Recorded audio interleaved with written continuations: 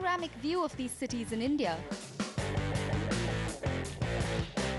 These young jet-setters today are not only a symbol of India's prolific growth, but they are also reflective of a growing trend towards a new wave of professionalism in India. In their world of white and blue collars, time is precious and it also means money. Dan, and how may I help you today? You do have a customer ID. Anything else I can help you? In a way, it was the influx of the IT and the BPO boom that brought with it a transformation in the way Indians work.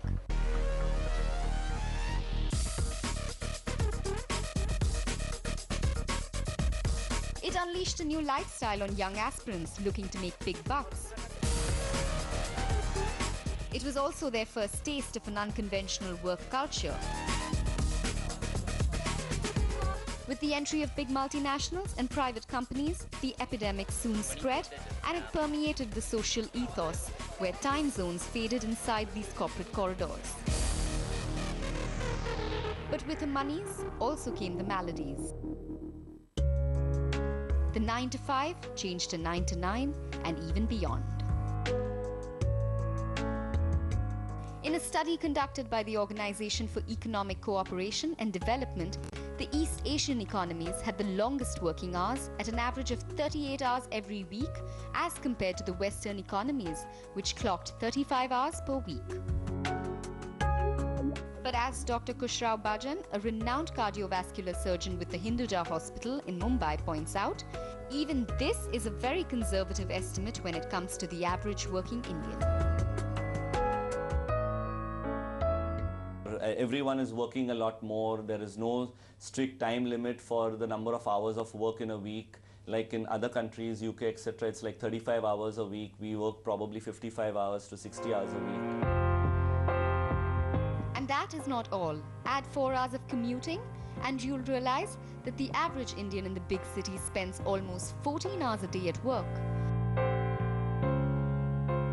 And as Dr. Rakesh Nair says, it's a recipe for disaster. Dr. Nair is an orthopedic specialist at Fortis Hospitals, and over the last decade, he has seen an unusual phenomenon. The diseases that normally ails patients at 40 have now started affecting those at 30.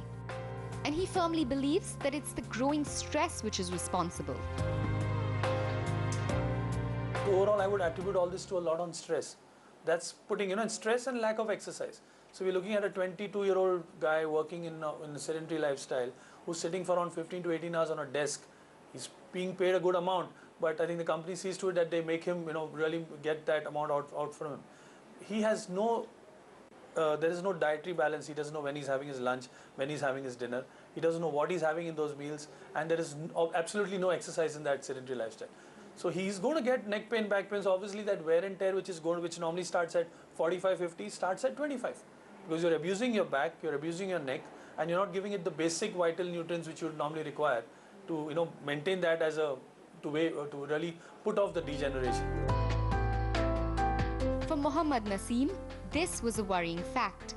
Naseem had worked with the biggest corporate names in the country and has experienced the pressure firsthand. And he has also seen how some of his colleagues succumb trying to run faster and faster towards an imaginary goal. See, we have got 4 important values we need to work on. One is the individual value, second is the family values, third is the social values, and fourth is the work values. All the 4 values are equally important, and it has to be done in a balanced and proper fashion. If somebody has decided to only work towards one value, neglecting the other 3, and is comfortable with that, then there is no issue. But most of us actually wants to do justification to all of these things, but do not give enough time to that. When we do that, what we actually are doing is creating a strain to the fabric of these values. And once the fabric starts getting strained, it starts showing as a negativity in our overall behavior. Negativity slowly converts into a inbuilt stress in our life, because we know that we are not justifying certain things which are equally important in our life. Today, Naseem has quit his corporate job and runs a healthcare company Through his company, Naseem has been working very closely with new age executives and helping them to beat the heat. Although he believes that the onus of leading a healthy lifestyle is largely an individual's responsibility, Naseem feels that in the Indian context, companies too have to share the blame. See, unfortunately, most of our IT companies today, or even the other companies, they do not link the personal health to the work. We always assume that they are completely distinct things. Personal health is the choice of an employee. They can do it, they don't want to do it, it is up to them. But unfortunately, it is not true. And in the West, if you see, the personal health is given equal importance by the employer, and they spend money to ensure that employee takes care of their health and indirectly benefit the employer by doing the work with the right energy and motivation.